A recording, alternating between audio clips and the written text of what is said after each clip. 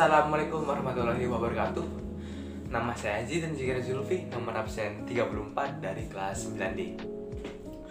Di video kali ini saya akan berbicara tentang bioteknologi konvensional dan membuat salah satu produk bioteknologi konvensional itu sendiri. Bioteknologi konvensional. Kata ini terdengar cukup asing ya bagi telinga kita. Tapi sebenarnya bioteknologi konvensional ini sangat dekat dengan kita dan menjadi salah satu makanan atau kebutuhan bagi masyarakat Indonesia terutama ya. Bioteknologi konvensional adalah bioteknologi yang menggunakan mikroorganisme untuk menghasilkan atau membuat produk ataupun layanan seperti bakteri dan jamur untuk menghasilkan enzim-enzim tertentu yang dapat digunakan untuk membuat bahan atau benda-benda tertentu. Nah, bioteknologi konvensional ini menghasilkan produk berdasarkan peran dari setiap mikroorganisme selama proses fermentasi. Bioteknologi konvensional ini seperti hal-hal yang lainnya memiliki kelebihan, yaitu dapat mudah dilakukan atau dibuat, bisa mengembangkan kandungan gizi tertentu dari suatu makanan ataupun minuman, lalu menghasilkan sumber makanan yang baru, lalu biaya yang lebih murah dan tidak memiliki dampak negatif dalam jangka waktu yang panjang. Nah, setiap kelebihan ya pasti ada kekurangan. Nah, kekurangan dari bioteknologi konvensional ini sendiri contohnya atau antara lain yaitu hasilnya itu tidak menentu atau bisa jadi ataupun bisa gagal. Lalu tidak dapat mengatasi masalah genetik. Dan yang utama yaitu sangat bergantung pada kondisi alam seperti misalnya suhu dan juga mikroorganisme yang ada di lingkungan. Misal kita membuat tape deh, itu jika kondisi alam ya seperti suhu ataupun organisme-organisme yang di lingkungan tuh tidak mendukung, itu bakal jelek hasilnya ataupun bahkan tidak jadi tape alias gagal. Nah, salah satu produk atau contoh-contoh produk dari bioteknologi konvensional ini adalah tape. Ya, tape. Tape terbuat dari beras ketan dan dirubah menjadi tape. Nah, yang kedua adalah tempe. Aduh, zaman gini tidak mengenal tempe ya. Tempe adalah salah satu bioteknologi konvensional yang terbuat dari bahan yaitu kedelai. Dan yang ketiga adalah susu. Ya, susu bisa dibuat macam-macam bioteknologi konvensional, yaitu contohnya adalah keju. Nah, keju ini dihasilkan dari susu yang dibantu oleh mikroorganisme bernama Lactobacillus sp. Nah, di video kali ini saya akan membuat tape ketan. Mengapa saya membuat tape ketan? Alasan utama yaitu nenek saya ada kegiatan PKK, arisan PKK. Nah, itu salah satu suguhannya adalah tape ketan ini sendiri. Jadi ya sekalian saja gitu kan. Dan jadi di video ini saya membuat tape atau tape ketan ini lumayan banyak gitu.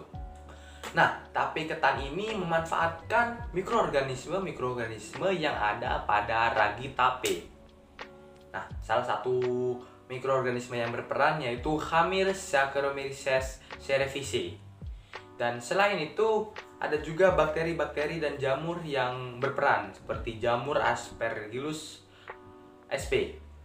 Nah, mikroorganisme yang ada pada Ragita P ini berperan secara sinergis, yakni saling bekerja sama untuk mengubah bahan baku utama, yaitu beras ketan sendiri, untuk dirubah menjadi tape. Nah, tanpa basa-basi lagi, sekarang kita akan membuat tape ketannya. Oke, let's go. Lupa untuk menyebutkan bahan-bahannya. Nah, bahan-bahannya itu adalah pertama, beras ketan, ragi tape, dan daun pisang. Lalu alat-alat memasak ya, seperti dandang atau soblukan kalau di sini sih menyebutnya ya. Lalu kompor, centong, panci, dan ya alat-alat memasak lainnya lah ya. Lalu langsung saja kita ke pembuatannya. Oke, let's go. Hup. Langkah pertama adalah cuci beras ketan hingga bersih.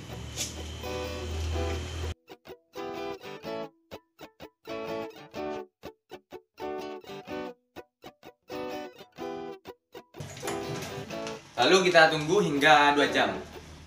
2 jam berlalu. Setelah 2 jam, kita buang air beras ketannya hingga tidak ada yang tersisa.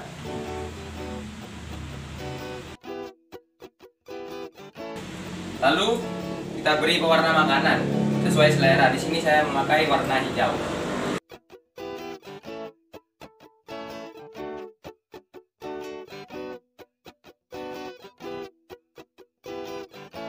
Lalu kita aduk-aduk.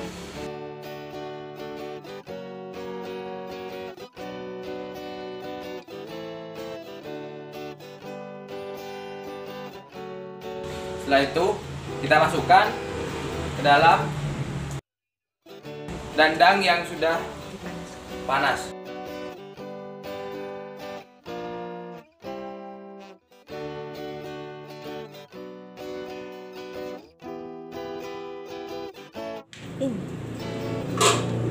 Lalu kita tutup dandangnya dan tunggu sekitar 1 jam.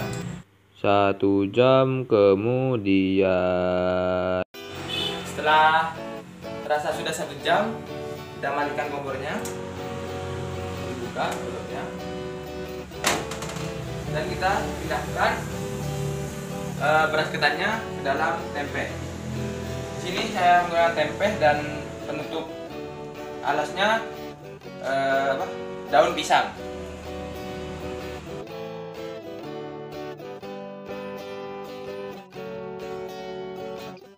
Lalu kita ratakan hingga supaya cepat dingin.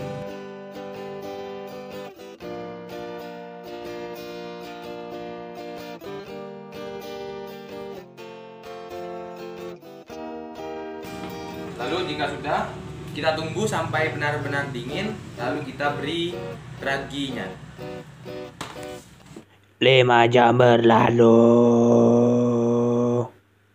Setelah dirasa beras ketannya sudah dingin, lalu kita akan menghaluskan ragi tapenya.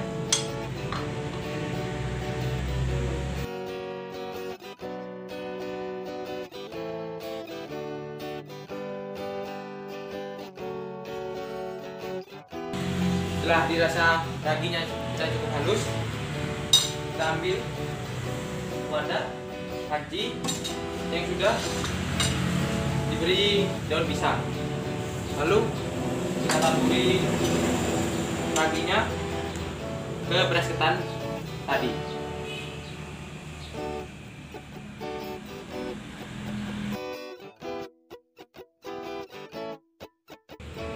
Lalu kita masukkan ke dalam panci.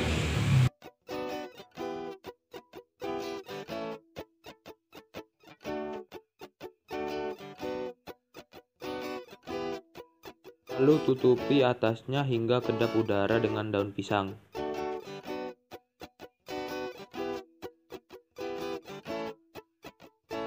Lalu kita tumpangi dengan barang atau benda supaya daunnya tidak lepas.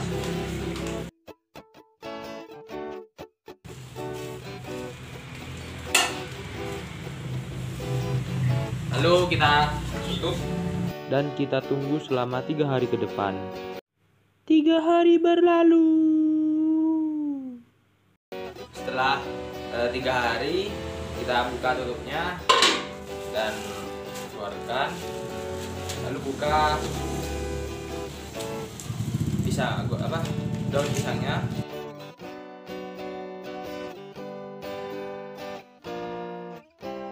Dan ini adalah hasil dari beras ketan yang dirubah menjadi tape ketan dan didiamkan selama 3 hari.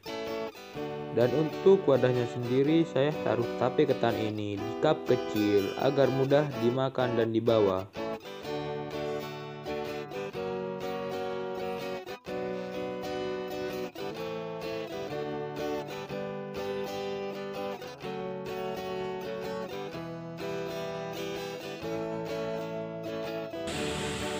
Dan tape ketannya jadinya seperti ini.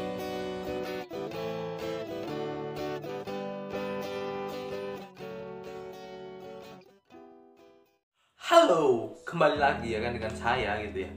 Nah, tadi adalah tahap pembuatan dari tape ketan ini dan ini dia tape ketan yang tadi kita buat ya. Kita coba ya.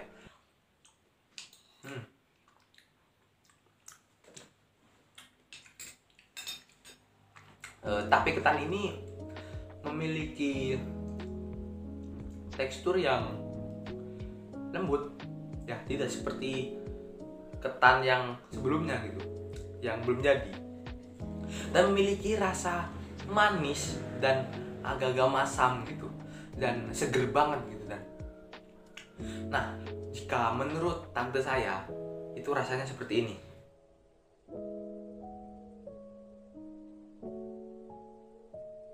Tapenya rasanya manis,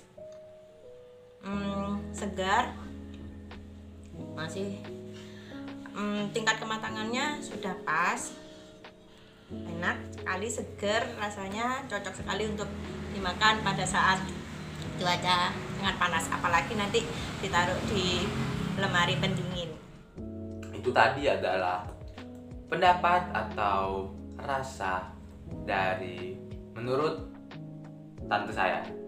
Dan sekarang kesimpulan dari praktikum ini ya, saya dapat pengalaman baru tentang cara membuat tape ketan sebagai produk bioteknologi konvensional yang ada di lingkungan sekitar saya.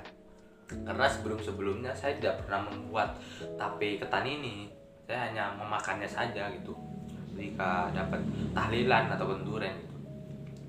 Dan menurut tante saya, rasa dari tape ketan yang saya buat ini manis, seger, dan masam, dan cocok untuk dimakan hangat-hangat gitu. Nah, itu saja dari video kali ini. Jika ada kesalahan dalam pengucapan kata, mohon maaf. Dan saya pamit undur diri. Wassalamualaikum warahmatullahi wabarakatuh.